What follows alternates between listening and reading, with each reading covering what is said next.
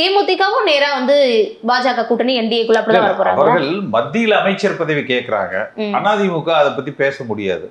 அதனால அவர்கள் வந்து பாஜகவோட அதை பேசுறாங்க.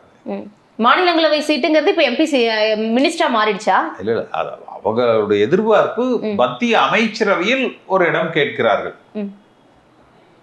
அது அடிப்படையில் அது பாஜக தானே முடிவு பண்ணணும். இல்ல ஆனா கடந்த தேர்தல்ல மாநிலங்களவையில சீட்டு கொடுக்கலங்கிறதா ஒரு அதிருப்தி இருந்தது அதிமுக மேல. அதனாலதான் அடுத்த தேர்தல் வாக்குறுதி கொடுத்திருந்தாங்க. அது போன தேர்தல். இந்த தேர்தல் இப்படி இருக்கலாம் அப்பட என்று அரசியல் வட்டாரங்கள்ல பேசப்படுது. நான் அதை வச்சு சொல்றேன். நமக்கு அது உறுதியான நிலைப்பாடான்னு தெரியாது.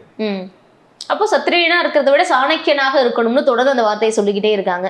அப்போ அவங்களுடைய முடிவு என்னவாக இருக்கும்? அந்த அளவுக்கு பலம் தேமுதிகவுக்கு இருக்குன்னு நினைக்கிறீங்களா? அதனாலதான் எல்லாரும் எதிர்பார்க்கறாங்களா? இல்ல அவர்கள் பலத்த அளவுக்கு இவ்வளவு இடங்கள் கொடுக்க முடியும்னு திமுகலையும் சொல்லிட்டாங்க, அதிமுகலையும் சொல்லிட்டாங்க. அது சிங்கிள் டிஜிட் தான் என்பதை சொல்லிட்டாங்க. அதை ஏற்றுக்கொள்வதும் ஏற்றுக்கொள்ளாததும் அவர்களது முடிவு தானே.